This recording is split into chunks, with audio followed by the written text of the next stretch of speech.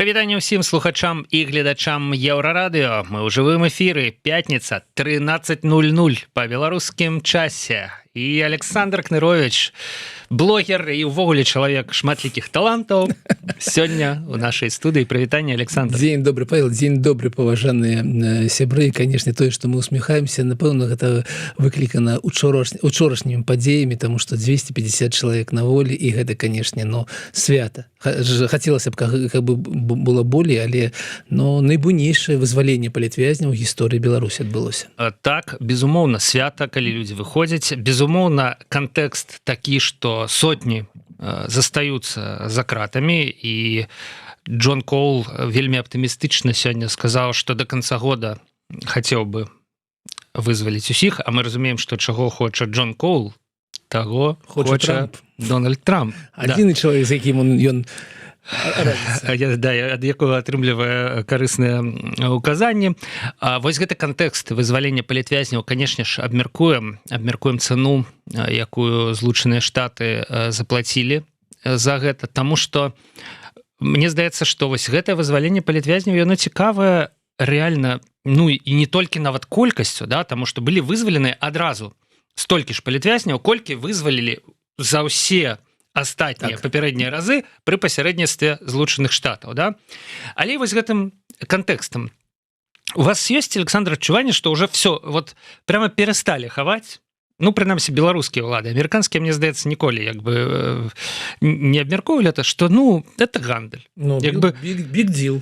Нешта на нешта. Big deal, ён буйнейшы быў. Типа, big deal там не толькі палітвязні. Канешне. Гэта падрыхтоўка да гэтага big deal, але амерыканцы ніколі і не хавалі, што для іх не з'яўляюцца, ведаеце, умовамі нейкія прынцыпы, нейкія там свабоды. Што гэта пагадненне. Вы нам нешта, і мы вам нешта. І з боку, канешне, Лукашенко пытанне толькі аб грошах, а з боку ЗША больш складанае пытанне, але давайте пазначым іншыя тэмы, аб якіх мы сёння будзем размаўляць, калі... Я хацеў проста скончыць гэтую думку, што ўсё ж такі з боку Лукашэнкі неяк не гучала, это не выглядала як прям абмен палітвязняў на нешта. А вось учора прямо вы нам это, мы вам это... палітвязня у нас няма, але вы чамусьці называеце іх палітвязня, хорошо, ладно, значит, давайте меняться. Так, про гэта паговорым. Наколькі вось гэтыя санкцыі знятыя, гэтая цена, заплачаная Злучанымі Штатамі, дапаможа беларускай эканоміцы, паговорым, таму што эканоміка беларуская, вось у Александра ёсць лічбы, яна, як бы сказаць, это покашлівая, такой злавіла веснавы грыб нейкі такі, Так, слушай, я адчуваю себе доктарам, лекарам. Чаму? Таму што ты глядзіш на то, у якім стане знаходзіцца хворы, і кажаш, слухайце, хутчэй за ўсё будзе вось так. І потым ты атрымліваеш, як зараз мы атрымалі статыстыку февраля, лютага, і бачым, што вось так. Усё ў мінусе. Аб гэтым таксама паговорым. Далей у нас ёсць беларускія ўлады працягваюць існаваць у свеце са штучным інтэлектам. Як бы ім гэта не вельмі падабаецца, іх натуральныя інтэлекты паскрыпваюць, я б сказаў. Александр знайшоў цытату, мы я думаю, зачитаем і запрапануем вам нават здагадацца, чыя гэта, правядзем. Апытанку мы вырашылі прысвяціць іншаму, таму што ёсць яшчэ адна навінавая нагода, знайшліся фотаздымкі Анжэлікі Мельнікавай. Падазрона, ведаеце што, Александр, роўна год таму, амаль год таму, можа быць, там крыху больш у канцы сакавіка 25-го года пачалася гэта гісторыя са знікненнем Мельнікавай, і тут як быццам бы адмыслова нехта выкідвае у паблік фота чалавека вельмі падобнага да Анжэлікі Мельнікавай з трэнажорнай залы ў Мінску, вядомай сеткі, у якую я сам хадзіў калісьці, калі жыў у Мінску яшчэ. І мы тут цяпер, абмяркуем гэтае фота, каму патрэбны гэты зліў, што ўвогуле як бы гэта было. Здаецца, так, з большага плюс-мінус усё і ведаеце, як укласціся ў 45 хвілін. І кантэкст гэтага ўсяго, канешне ж, цяпер, пакуль вы яшчэ уключаецеся, далучаецеся, я нагадаю вам, што у Александра ёсць уласны YouTube-канал, які называецца «Кныровіч», там ён публікуе сціслыя відэа, прысвечаныя нейкай праблеме ў беларускай эканоміцы, звязанай з палітыкай часам закранае нашых суседзяў. Может быть, мы неяк не абмеркавалі, але з гэтага пачнем. Што у вас там, Александр, на гэтым тыдні? Мы не абмеркавалі, таму што павінен я так пакаяцца, на гэтым тыдні был вельмі заняты асабістымі справамі, добрымі, прыемнымі для мяне асабістымі справамі, таму нічога не выйшла. Ну і ладно. Выйдзе на наступным тыдні абавязкова як мінімум 2, таму што тэм, канешне, у нас больш, чым хапае, таму сёння мы прапусцім гэты момант. Сябры, все роўна, ёсць YouTube-канал, які называецца «Кныровіч», можна падпісацца кожны тыдзень, калі не здараецца нічога форс-мажорнага, да, кожны тыдзень атрымліваць гэтую порцыю якаснай аналітыкі. Ну, а тут мы, канешне, можам у жывым эфіры абмеркаваць усё шырэй з вашым удзелам. У чаце трансляцыі можете задаваць пытанні.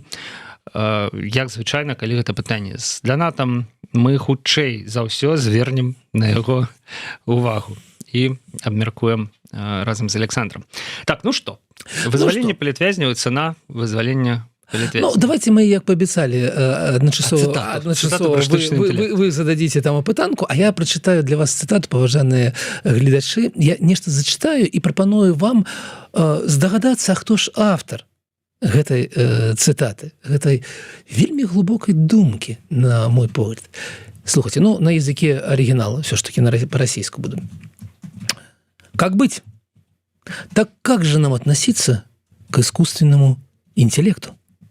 В любом случае надо помнить базу. Искусственный интеллект, во-первых, есть продукт англосаксов, и уже только поэтому нам ничего хорошего ждать от него не приходится. Ну и во-вторых, любой искусственный интеллект основывается на больших базах данных, и англосаксы будут ему грузить свои выгодные им данные и не будут обучать на наших. Следовательно, их искусственный интеллект изначально будет нам враждебен, врать нам будет, использовать нас. Ну и в-третьих, за любым искусственным интеллектом всегда стоят люди, и их надо знать. Должно быть в лицо, но в лицо не написано. Обязательно надо знать. Вплоть до фамилии, имени, отчества.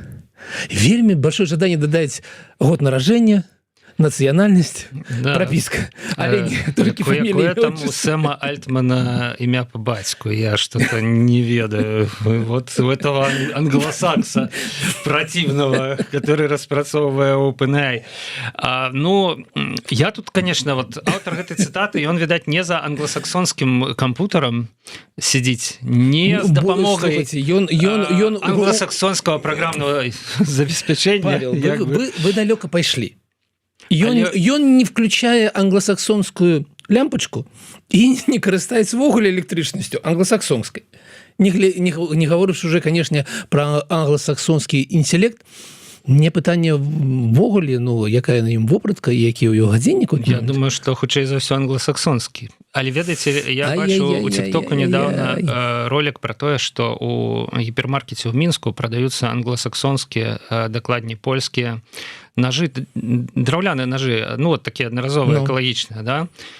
Прям на упаковцы написано, што выраблены яны для бедронкі, але прадаюцца ў гіпермаркеце Грин у Мінску. То бок вы пра лямпачкі, пра вопратку да без драўляных англосаксонскіх ножей як бы не атрымліваецца. Вот туалетнай паперы не англосаксонскай нармальнай якасці чамусьці яшчэ. Ну, то бок все вакол гэтага аўтара цытаты англосаксонска. Ну, а вот чамусьці штучны інтэлект вот англосаксонскі, ему вот как-то папярок горла вот стаіць. Наш айчынны інтэлект. Сябры, так, я прапаную вам... Не які-небудзь штучны, да? Так, конечно.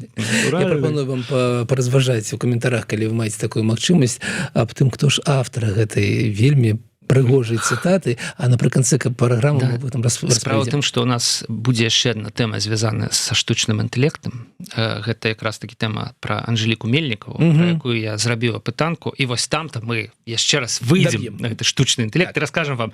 Ну, а я просто са сваіх, мне здаецца, што нават гэта, Лукашенко любіць пра штучны інтэлект паразважаць, таму што для яго гэта як бы быць в трендзе. Да, все про штучный интеллект, и он, конечно, тоже мусить как бы...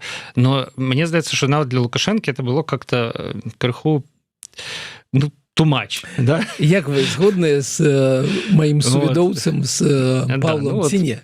Як вы лічыце? Вот зараз і даведаемся з каментаў таксама.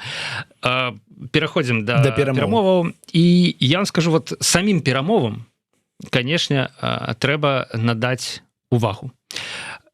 Стылю, у якім, значит, Лукашенко іх вядзе. Гэта стыль паўнамёкаў такіх, і пры гэтым з іншага боку максімальнай пряматы. То бок в адной рэпліцы у нас паўнамёкі, а ў іншай просто Лукашенко кажа такое, трэба аддаць належна его слабоумие отвага, да, есть такие мем, да, ён кажа такое, што ніводны президент, аятала які-небудзь можа, іранскі там, значит, лідар нейкі, якога ўжо чакае ізраільская ракета, як бы, да, ён можа такое сказаць. І Лукашенко. І давайте мы не то что одно за одной, абмяркуем, да, вось гэта два кароткія выказванні.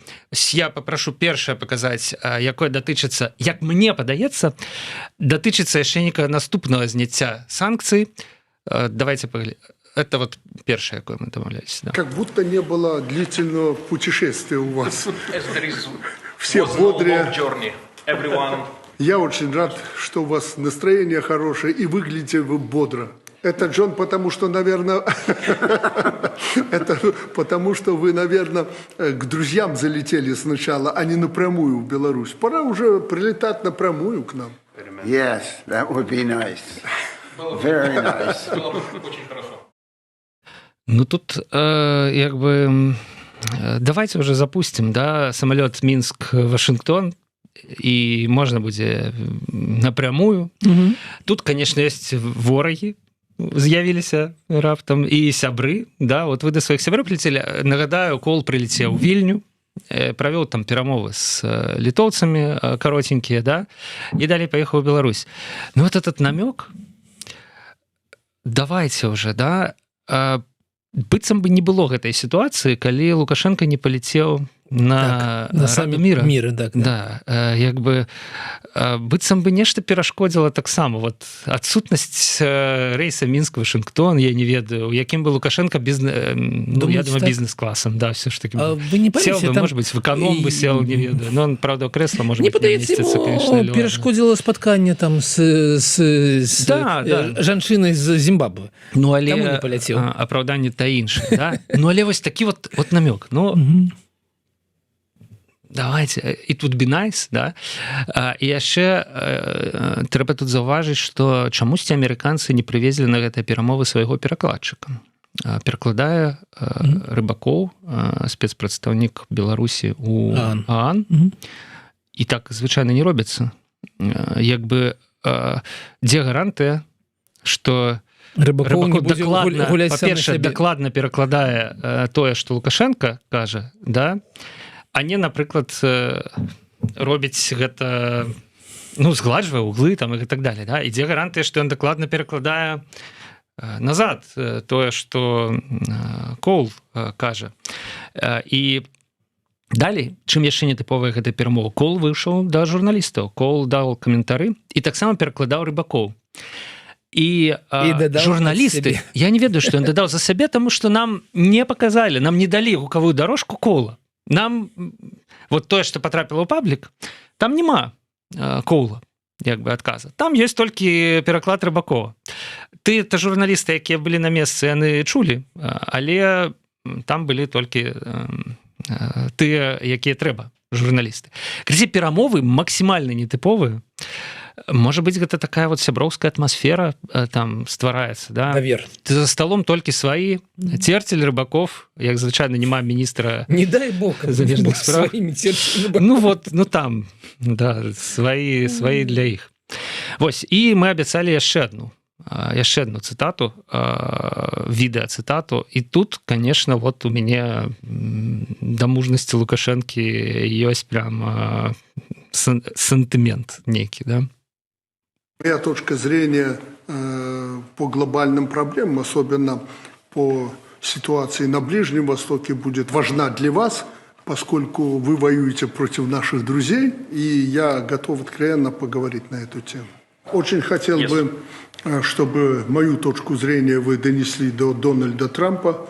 Я по-прежнему, несмотря на определенные ошибки, как я считаю, Соединенных Штатов, являюсь сторонником вашего президента. Ошибки? Трамп... Какой смелый человек. Трамп робіць ошибки. Вы подумайте, а? Мне здаецца, ніхто не кажа такого Трампа. Вось так. Ну, акрамя, конечно, яшчэ такое пачуцця ўласнай важнасці. И он прямо кажа, мое мнение вам важно. Ребята, не вы думаете, что мое мнение вам важно, а я думаю, что мое мнение вам важно, и давайте про гэта поразмаўляем. Вось, ну и далее, конечно, вы воюете супраць наших сяброў, вы робіце памылкі, карацей, выйшаўшы, я думаю, что Коул прифігел в этом моменте, конечно, але выйшаўшы, ён сказаў, да, меркаванне важно, я ўсё перадам. Я думаю, что гэта дазволіла вызваліць яшчэ 50-70 палітвязняў. Як бы, да, то бок такія вот словы палітычныя. Што думаеце, Александр, наконт гэтых перамоваў? То все я, что-то вот... Ну так, я думаю, наши гледачы уже стаміліся слухаць Павла, и все ж таки жадаюць трохи послухаць мяне. Глядзіце.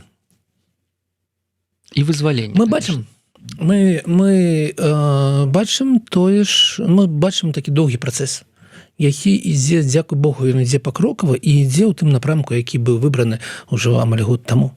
І гэта вельмі добра, таму што там напрыканцы гэтага працэса вызвалення ўсіх беларускіх палітвязняў, і я бы звярнуў увагу, што 235 чалавек засталіся ў Беларусі.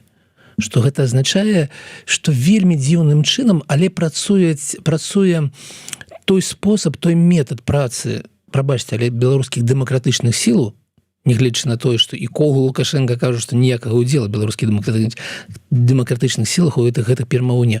Але працуе вось гэты метад, калі ты звяртаешься не да Лукашэнкі, а з экспертным меркаваннем звяртаешься да другога боку, і ён уже перадае нешта, выставляе нейкія умовы Лукашенко. 235 чалавек засталіся ў Беларусі. Гэта вельмі істотна, то, чаго не было раней. І гэта рух у такім добрым накірунку. Што ў канцы мы не адзін раз у гэтай студыі казалі, што выглядае ўсё так, што справа ідзе да умовы, да сделкі з Белкалем. Менавіта з Каліем мы бачым, як знятыя санкцыі і з Белкалі, з беларускай калійнай кампаніі, гэта падрыхтоўка. І тое, што Коул размаўляў з літоўцамі, я на 100% упэўнены, што ён размаўляў менавіта пра магчымае зняццё санкцый з транзіта беларускага калію праз Клайпеду. І мы бачым гэты рух вельмі абнадзейвае, што не толькі будуць знятыя санкцыі, але спыняцца самыя рэпрэсіі ў Беларусі, каб не было больш палітвязняў. І ведаеце, Трамп, канешне, творить дзіч в свеце, то бок напасть на Іран, не думаючы о нейкіх наступствах, это, сапраўды такая дурнота.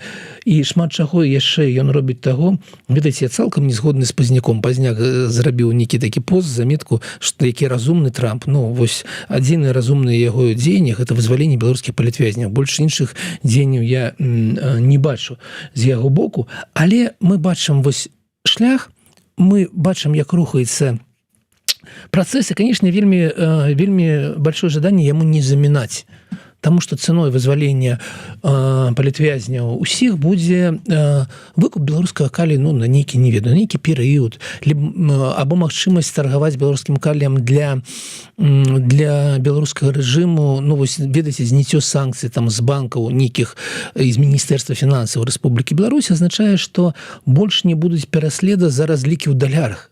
Гэта, канешне, вельмі здзекліва гучыць для беларускай прапаганды, але менавіта немагчымасць разлічыцца ў далярах была большим таким, спыняла экспорт Беларусі, напрыклад, у Індыю, у Бразілію спыняла экспорт. І таму вось зняццё гэтых санкцыяў, дэдаларызацыя у межах БРИКС, яна не працавала ўвогуле ніяк. Все жадалі долар. І таму гэта будзе ўплываць. Ці вось гэтыя дадатковыя 800 миллионов долларов, 900 миллионов долларов у год нормальная цена за вызваленне ўсіх палітвязняў, ці вялікая, ці малая, ну, я прапаную паразважаць вам на гэтую тэму, але мы бачым вось гэты рух. Канешне, мы бачым вот тое, аб чым згадаў Павел. Ёсць падрабязнасці, і як быццам бакі уже адзін да аднаго прызвычаіліся, і на наступным как бы этапе, напэўна, ведаеце, будзе такая... Ужо в сауне хутка будуць адзначаць. Ці как бы там запаліць нехта там прям непасрэдна за сталом, і пачнуць байкі травіць адзін адному і так далей. То бок мы бачым такое збліжэнне бакоў, Лукашенко ўсё больш і больш шчыры у гэтым сэнсе. Канешне, вось гэтая справа, давайте, а чаму вы не летаеце наўпрост з Вашынгтона? Ну, не ведаю, напэўна, Коулу ўсё ж такі лягчэй дабрацца з Вашынгтона да Мінску, чым з Мінска да Вашынгтона. Ведаеце, глобус як быццам адзін той же, але яму чамусьці бліжэй, чым Лукашенко да Вашынгтона. І, канешне, я нагадаю, што, канешне, чаму Лукашенко не паляцеў да Вашынгтона? Ну, таму, што Пуцін быў супраць. Таму, што адзіны магчымы шлях Лукашенко да Вашынгтона, і ён праз Расію, іншых шляхоў няма. І мне падаецца, што і не будзе, таму што спадзеў на тое, што нешта вырашыць Коулу з еўрапейскімі краінамі ў сённяшніх умовах, калі еўрапейскія краіны наўпрост не падтрымліваюць Трампа ў вайне. Мне падаецца, ён амаль немагчымы. Магчыма пагадненне па калію, яно магчыма. Немагчыма Літва за нейкія, ведаеце, падтрыманне, напрыклад, бяспекі Літвы з дапамогай сіл НАТО і сіл ЗША. Напэўна, такая умова паміж Літвой і ЗША таксама магчыма. Гэта будзе часткай умовы з Беларусю. І гэта, канешне, магчыма развязанне. А вось допуск Белавія на еўрапейскія рынкі, не веру ні ў адзін, ні на секунду, тым больш, што не трэба еўрапейскі. Трэба, каб Расія дазволіла летаць самалёту Лукашэнкі праз сябе да ЗША. Ну, іншым, канешне, самалётам Белаві. Наконт вы ваюеце з нашымі сябрамі, ну, увогуле, ведаеце, я ў сябе в Фейсбуку пажартаваў аб тым, што Лукашенко выгнаў дэлегацыю з ЗША з перамову за тое, і так сказаў аб тым, што вось пакуль вы не вызваліце Мадура, пакуль вы не прыпыніце вайну з нашымі сябрамі ў Іране, і пакуль вы не здымеце блакаду з электрычнасці з Кубы, таму што там цемра, цалкам краіна ў цемры зараз, я не буду з вами размаўляць. І выгнаў Коула. Нехта напісаў у каментарях: какое выгнаў? Закрыў СЮЗа. Сядзіць, Коул. Ну, вось такой жарт, а вось такой ён сябра. Лукашенко такі, конечно, сябра. І калі казаць сур'ёзна, то ўсё, во што ён гуляе, пачыналася гэта ўсё з прызнання Трампам Лукашенко, заканчваецца, як Лукашенко не раззлаваць Трампа, каб не перайсці са статуса крепкі лідар, прэзідэнт, статус сябра Мадура, трэба таксама яго сажаць. Таму вось так. Часцей пра памылкі Трампа. Да, часцей нагадваць Трамп пра яго памылкі, і как бы пойдзеш туды, куды ідуць дэмакратычныя журналісты ў ЗША. Ён не так даўно паабяцаў расстрэльваць журналістаў Трамп, таму тут вельмі небяспека, такая вялікая небяспека. Вось. Што я хацеў бы, калі мы кажам сур'ёзна, то, канешне, трэба ўзгадаць пра самы зняццё гэтых санкцый, пра зняццё на Белкалі і беларуска-калійнай кампаніі мы ўжо ўзгадалі. Самое па сябе яно не значыць нічога, але гэта шлях да вось пагаднення. Былі ли зняты санкцыі з беларускіх банкаў, ну, з Міністэрства фінансаў, зразумела, і з беларускіх банкаў, але што гэта за банкі? Гэта банкі, супраць якіх былі ўведзены санкцыі, калі пачалася вайна. Гэта, канешне, банк развіцця наш, які не займаецца камерцыйнымі аперацыямі, ён займаецца укладаннямі і рэгуляваннем там развіцця беларускай эканомікі. Гэта такі банк банкаў. Белінвест Белінвестбанк, вельмі цікавы банк, праз які ідуць разлікі. І трэці, які был банк, не Беларусьбанк, не Агропром. Мне здаецца, што Белінвестбанк развіцця і Міністэрства фінансаў. Так. Я зараз спраўджу. Не, падаецца, што трэці Міністэрства фінансаў. Вот, Александр, я бачу уже занепакоенасць менавіта два банка і Міністэрства фінансаў. Банк развіцця можна не браць пад улік, таму што гэта не той банк, праз які вядуцца разлікі. Вот менавіта Белінвестбанк. Я просто акцэнтую увагу наших слухачоў на двух момантах, якія Александр прагаварыў, просто як ведаеце, для замацавання. Сапраўды тое, што беларускім банкам далі магчымасць разлічвацца ў доларах, гэта як бы з аднаго боку дапамога ў экспарце беларускім, але з іншага боку, окей, цяпер вы можаце з пазыкамі разлічвацца ў доларах. Я нагадаю, што раней вось гэтыя працэнты па еўрабондах, там, вот это вот. Не, цалкам еўрабонды да еўрапейскіх тых людзей, якія трымаюць беларускія еўрабонды, але знаходзяцца не на тэрыторыі Расіі ці ў Беларусі, а ў Еўропе. Іх цалкам там было 60%, яны кінулі, Беларусь кінула гэтых. Не, там нешта пералічаецца в рублях на адмысловыя рахункі. Расійскім, тым, хто расійскіх 2 гады хадзілі і в суды там падавалі і гэтак далей, да? То бок магчымасць разлічвацца ў доларах, у яе ёсць іншы вот бок медаля, да, это як бы, окей, давайте цяпер разлічвайцеся. Вот. Да, і другое, мне здаецца, што, конечно, Лукашенко такую свінню падклаў прапагандзе беларускай усім крытыкам гэтым дэмсілаў, якія проста з кожы вон лезлі, каб давесці, што ніякага уплыву на гэтай перамовы беларуска-амерыканскія дэмсілы не маюць, яны проста прымазваюцца, яны ні з кім не размаўляюць, ніякай ролі не граюць. Калі там некалькі месяцаў таму Лукашенко казаў, што мы вызваляем, але мы всіх выкідваем з краіны, да? Вот він-він такі, да? Мы і нешта атрымліваем наўзамен, і гэтыя людзі выязджаюць, там пачынаюцца сваркі ў апазіцыі, да? Просто все клас, да? Теперь чамусьці, вот кто это сделал, да? Вот кто? И Коул, выязджаючы, да, вот калі першы раз была вось гэтая вялікая дэпартацыя, да, у яго запыталіся, ён просто не зразумеў, чым праблема. С дэпартацыяй, вот взяли палітвязняў і, вызвалілі. І далі выехаць з гледзяшча Коула. Гэта выглядала так, што это бонус. Як бы жыві ў Літве далей, як бы, да? Вось, я не разумею, чым праблема. А цяпер атрымліваецца, па-першае, Коул нейкім чынам магічным, я не ведаю, это, может быть, на яго, конечно, снизошла там нейкая благодаць, да, з неба, да, вось патлумачыў там.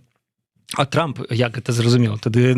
Карацей, значит... А Трамп непасрэдна з Богом размаўляе. Нехта патлумачыў, што як бы это праблема. Вот дэпартацыя, это прымусовая палітвязняў, гэта праблема. І цяпер Лукашенко вымушаны апраўдвацца за тое, што ён пакідае гэтых палітвязняў у краіне.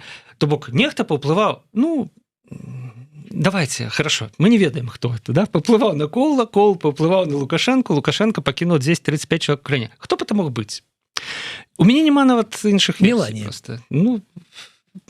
Меланія, конечно, только до беларускіх палітвязняў, да? Вось. Можа быць, конечно, Светлана і да Меланіі дагрукалася, і быў такі у нас жаночая салідарнасць, там, ланцужок, да, вось такі. Да, але мне здаецца, што все было, конечно, нашмат прасцей, і гэта відавочны доказ таго, што дэмсілы прымаюць у гэтым працэсе удзел, як бы не хацелася адваротнага і прапагандзе з аднаго боку, і крытыкам гэтых самых дэмсіл з іншага. Вот час. Я хацеў заўважыць яшчэ адну рэч.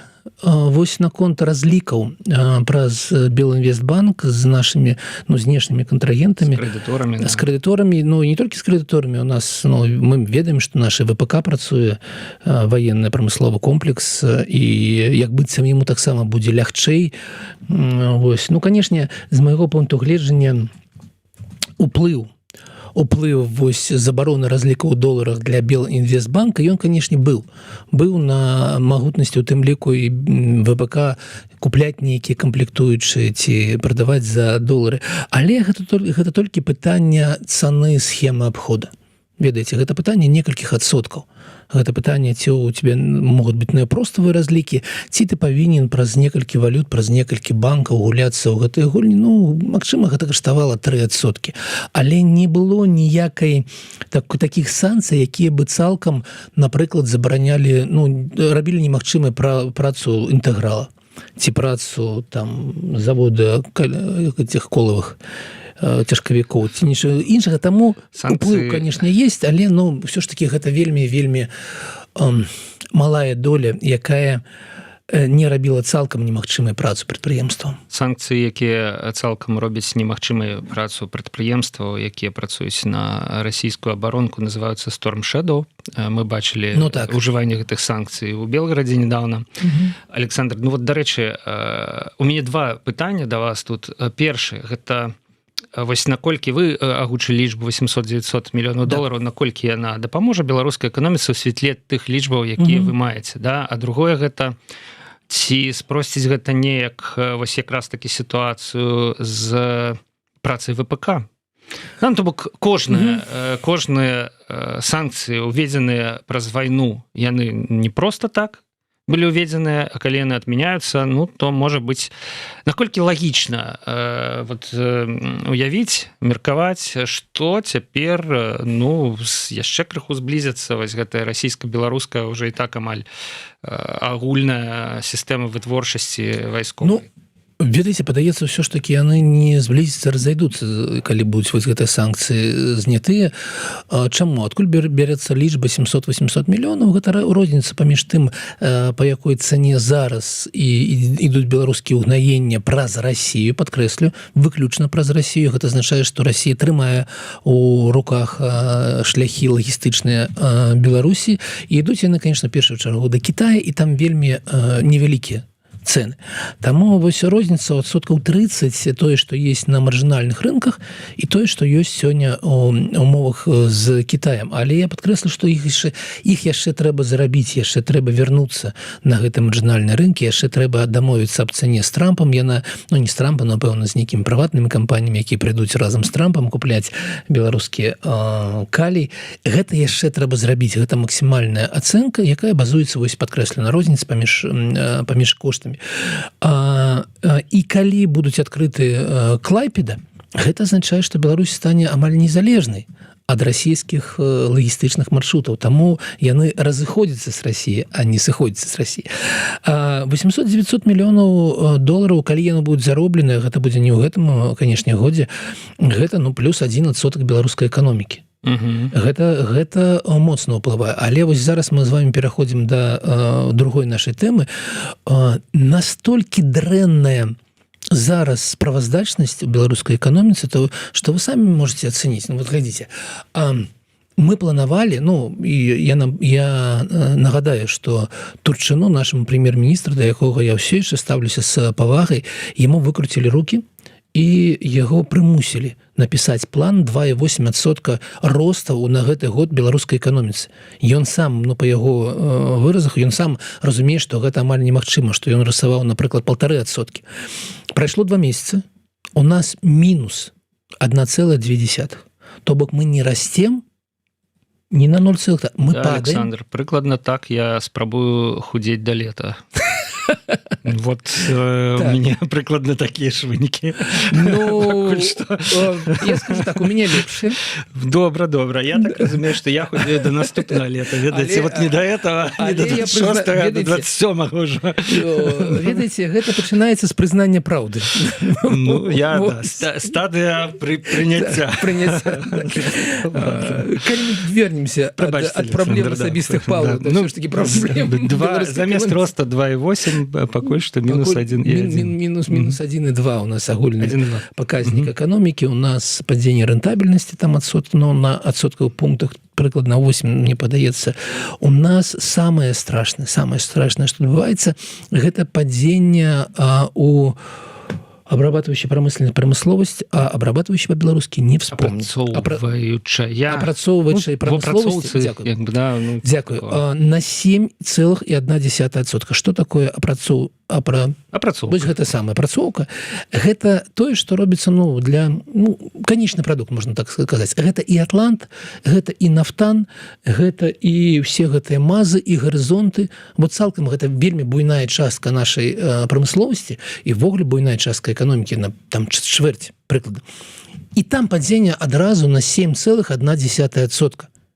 Гэта такая катастрофа, якая з пункту гледжання гэтага паказніка вельмі падобна да таго, што было на пачатку 90-х гадоў. Яна ввогуле зараз не падобна цалкам становішча ў эканомікі, але вось менавіта ў гэтай апрацоўчай прамысловасці, у дзяржаўнай ее частцы, а там большасць дзяржаўная, там адбываецца сапраўдная катастрофа. І таму, калі мы кажам, дапаможа ці не дапаможа Белкалій, дайце плюс 1%. У нас будзе мінус 0,2%. Гэта ўсё роўна не той план, які быў, гэта ўсё роўна не тыя даходы бюджэта, якія былі. І гэта азначае, што хвароба будзе працякаць не пры 38,6, а пры 37,9. Гэта ўсё роўна будзе хвароба, у нас ўсё роўна будзе не хапаць грошай у бюджэце, ўсё роўна не працуе не працуе цалкам схема. Схема існавання беларускай эканомікі цалкам не працуе. Мы паставілі ўсё на Расію, а ў Расіі мінус 2% ў эканомікі, і зараз, ведаеце, зараз там настолькі вялікая праблема, што весь запланаваны дэфіцыт бюджэта, які быў на год, ён выбраны за 2 месяца. У Расіі прапануецца абрэзаць бюджэт на 10%. Што такое бюджэт? Гэта і медыцына, гэта і адукацыя, і ўсё астатняе. Таму у нас не працуе самая мадэль, і гэта плюс 1% у эканоміцы, калі ён будзе, ён зробіць становішча трохі лягчэй, але гэта азначае, што ўсё роўна будуць не расці, а падаць магчымасці Лукашенка падтрымліваць вайну, будзем называць вещи сваімі імёнамі. Таму вось так. І, канешне, яшчэ ёсць лічбы па інфляцыі. Мы згадвалі мінулым разам з Павлом, размаўлялі аб тым, што ААН лічыць, што ў Беларусі будзе інфляцыя па харчовая інфляцыя, будем гэта так называць, 8,9% супраць польскай 1,2%. Так вось, у лютым 8,4%. Все, ведаеце, все так, як напісала ААН, так і адбываецца. Таму лічбы сапраўды цяжкія, сапраўды катастрафічныя. Я не радуюся таму, што я правы, таму што лепей я бы памыляўся і был бы ростам на 2%, чым тое, што мы маем зараз беларускай эканоміцы. Конечно, беларускай эканоміцы патрэбна сапраўдная перабудова. Ніякае ні спынення вайны, ні спынення санкцый, ніякія іншыя захады не зменяць накірунак. Яны могуць змяніць вось гэтую лічбу падзення, але яны не зробяць эканоміку здаравейшай. Здаравейшая эканоміка – гэта сапраўдная рэформа, аб якіх я вельмі спадзяюся, што ў нас на Еўрараді будзе магчымасць пагаварыць асобна аб накірунку беларускіх рэформ. Мы абмяркоўваем такі праект. Да, мне здаецца, што это цікавая тэма, і сапраўды можна будзе асобна гэта разбіраць, тым больш, што я ўвесь час чую пытанне на гэты конт. Так а што у вас план ёсць, няма, як мы будзем там і гэтак далей, да? І гэта як бы ставіцца ў папрок дэмакратычным сілам, што хорошо, возьмеце вы ўладу, а далей што? Вось калі, паважаны глядачы, вы можете на гэта паўплываць, калі ўсё складзецца, то магчыма мы зробім асобны праект менавіта пра накірунак беларускіх рэформ. Так, як я себе уяўляю не асабіста я, таму што, канешне, я да сябе стаўлюся нядрэнна, але не з'яўляюся адмыслоўцам ва ўсіх накірунках. І таму, магчыма, мы з экспертамі зможам зрабіць вось такую сапраўдную праграму пра накірункі беларускіх рэформ, пра такое заданне на будучыню для Беларусі. Што, Александр, трэба пераходзіць да апошняй нашай тэмы. Па-першае, трэба назваць аўтара цытаты. Я нагадаю, пра штучны інтэлект. Варыянты ці гэта не заінтарэсавала нашых глядачоў? Вы ведаеце, што я зараз абмяркоўваю, і шмат абмяркоўвалі пра англы или саксы. Я бачу, як бы, што ж... Гістарычная спраўка.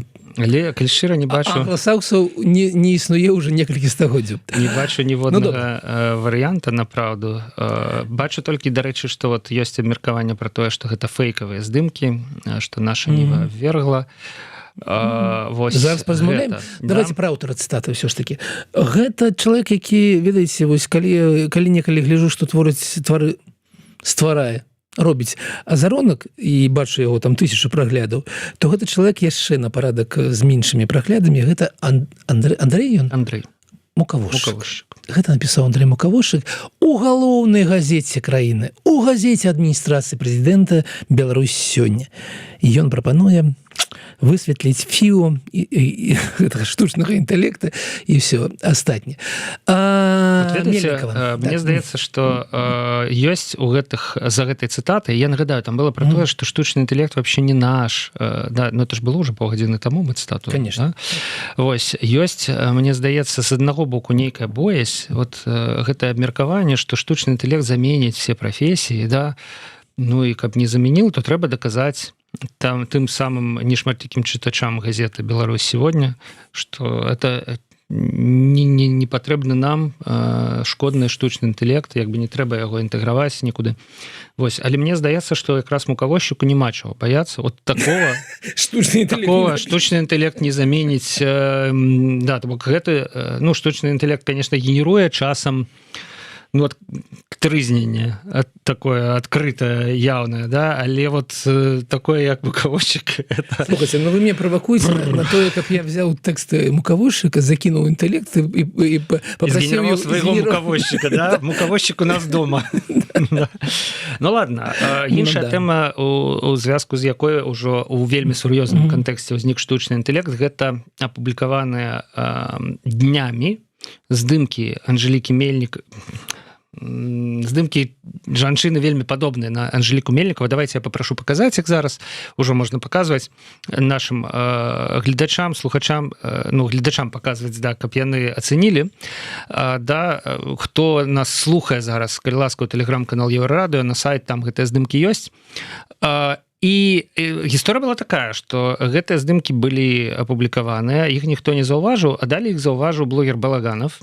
Я так думаю, што не сам, а хутчэй за ўсё, як гэта адбываецца, яму даслалі. Ён напісаў, што яму даслалі. Да, яму даслалі.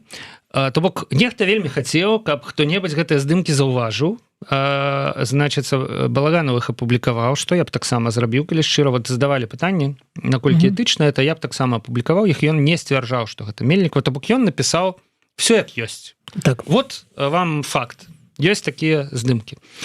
Што было далей? Па-першае, штучны інтэлект даў такую вельмі размытую рэакцыю, калі аналізавалі з дапамогай GPT-5.4, наколькі я памятаю, там было напісана, што твар апрацаваны, на твар накладзеная маска, і таму сістэмы распазнавання могуць памыляцца у выпадку з гэтым канкрэтным чалавекам.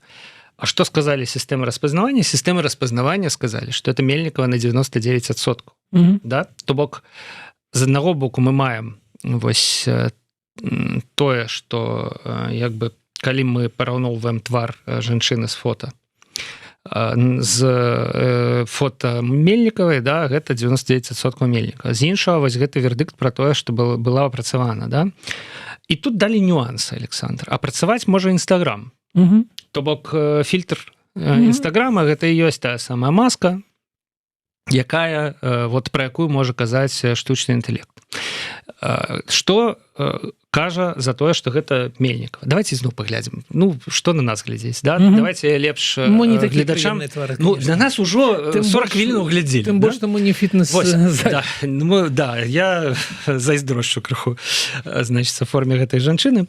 Вось, а гэта кажа, ну вот вы самі можете параўнаць зараз, гэта кажа, што гэта Мельнікава. З іншага боку, ёсць такі вельмі просты довад, што гэта могуць быць вельмі старыя фотаздымкі.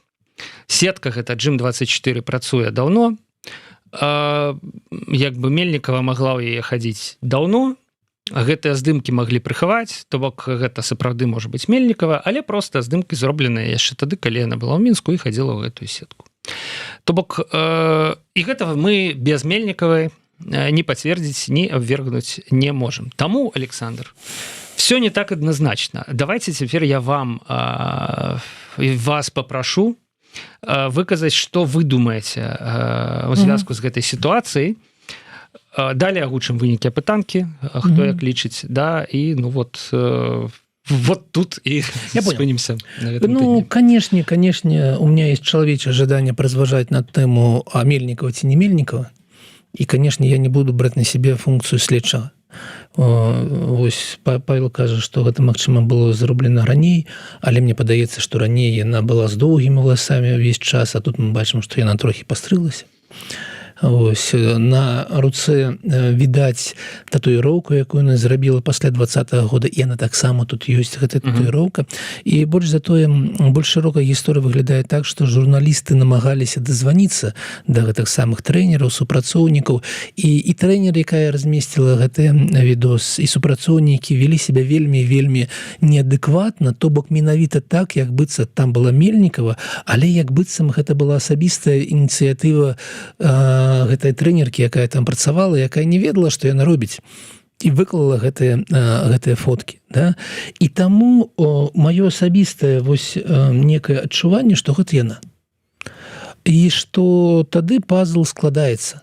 Ведаеце, вось калі гэта яна, тады цалкам складаецца пазл таго, што адбывалася з ёю і таго, што адбывалася з Коардынацыйнай радай і з яе удзелам менавіта у сакавіку 25-го года. Я нагадаю, што яна кудысьці дзелася менавіта тады, калі яна вывела грошы.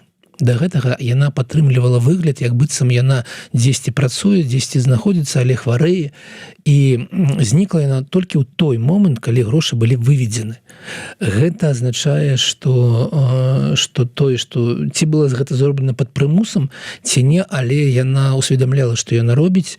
І другая версія была забойства, што дзесьці ляжыць труп Анжэлікі Мельнікавай, і ў гэтай студыі мы разважалі, я казаў аб тым, што паміж забойствам і махлярствам ўсё ж такі лепей, каб чалавек быў жывы, чым ён быў нежывы.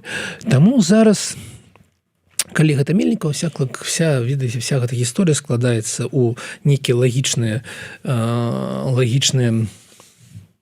шлях. І чаму яна гэта зрабіла? Ну, гэта пытанне для яе асабіста, таму што стамілася, таму што паглядзела, што няма ніякай перспектывы ў такім выглядзе, таму што на яе націснуў муж, дзеці і гэты КДБшнік, які з ёй быў звязаны.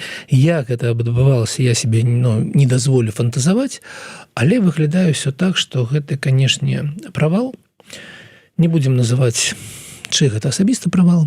Ён сам об этом ведае, і мне падаецца, што гэты чалавек павінен неяк патлумачыць і перастаць казаць аб некам злачынстве, яке было зроблена супраць Мельнікавай. Мне падаецца, што гэта так. Ну, канешне, я асабіста чакаю ад Коардынацыйнай рады, што яна зробіць нейкі крок, што яна зараз возьме гэтыя здымкі і зробіць тое, што патрэбна зрабіць. Патрэбна звярнуцца да паліцыі, якая расследуе гэтае дзело, і каб яна дадала гэтыя звесткі ў крымінальную справу, правяла тое, што мы зрабіць самыя не можам, то есть зрабіла афіцыйны нейкі вынік экспертызы, ці гэта яна, ці гэта не яна, ці што мы ведаем па гэтым поводу, і зрабіла, ці прыняла справу, ці справу накіравала іншае русло аб махлярстве, а не аб знікненні чалавека. Зрабіла тое, што патрэбна зрабіць афіцыйную установу. Мне падаецца, што гэта неабходны крок, таму што калі мы здесь гэта абмяркоўваем, гэта, конечно, вельмі цікава, але гэта не афіцыйна. Мы падцягваем розныя інструменты, накшталт чата GPT, там просім Белпол неяк, значыцца, па базах это ўсё прагнаць, але вы маеце рацыю, гэта не афіцыйна, гэта толькі наше разважанне. Таксама мне здаецца, што ёсць нейкая камунікацыя з праваахоўнымі органамі Беларусі, у праваахоўных органаў усіх краінаў. Так. І ў Інтэрпала ёсць. То бок, у прынцыпе, на падставе гэтых фотаздымкаў зрабіць запыты, можа быць, гэта да чаго-небудзь прывядзе. Нарэшце, хацелася б, каб гэта прывяло да нейкай яснасці. І адсутнасць адказа таксама будзе даваць нейкую яснасць. Ну да. Што наконт здзеклівых вось гэтых каментароў, сапраўды, і мы дазвоніваліся учора, да, то мы ўжо даўно заўважылі, што спецслужбы навучыліся перахопліваць званкі. Часам ты тэлефануеш у міністэрства, у якое-небудзь, здымае слухаўку чалавек, які мы ў яго пытаемся, гэта вот там Іван Іванович, он кажа Іван Іванович, а далей просто пачынаецца нейкі тэлефонны развод, чалавек адказвае, быццам бы п'яны, быццам бы каментуе, а быццам бы і не каментуе, карацей. Вось, і мы далей у сітуацыі, ну, што это было. Так вось, вот в плане созвона з гэтымі трэнерамі, там нейкі мужчына нават падымаў, да? Вот што гэта было? Пакуль што это адзінае пытанне, якое ўзнікае пасля гэтых размоў. І гэта таксама дзіўна. І я згодны з вами, Александр, гэта таксама даказвае, што гэта частка нейкай гульні. Як бы, да? Вось, калі з намі гуляюць у гульню, гэта значыць, што все ж таки няма дыму без агню. Вынікі апытанкі. Пытанне было максімальна проста. Анжелікі Мельнікова такі ў Беларусі. Запыталіся мы у вас. 42% все ж таки лічыць, што так. Вось жа фото. Да, был такі варыянт. І 58% все ж таки лічаць не. Гэта ўсё фейкі. Нема яснасці, але збольшага все ж таки людзі думаюць, што гэтая гульня вядзецца не шчыра. Мельнікова все ж таки не ў Беларусі, пісалі ў каментарах, што яна хутчэй за ўсё забітая, і гульня, адпаведна, ну, брудная, да? Слухайте, ну трупы таксама не знікаюць так. Калі вы не ў фільме Breaking Bad, да, ці як гэта там в Snatch, да, про 16 свиней за 8 минут. Да, ладно. Да, жарты у вас сёння. Ну, да, жарты жартамі, але дзякуй вялікія 1200, Александр, гледачам, якія сёння глядзелі нас у жывым эфіры. Дзякуй усім, хто паглядзіць далей за бліжэйшыя дні. Дзякуй вам, Александр, за тое, што прыйшлі да нас і гэтую порцыю якаснай аналітыкі прынеслі нам і нашым слухачам. Дзякуй. Да пабачэння, сябры. Да пабачэння.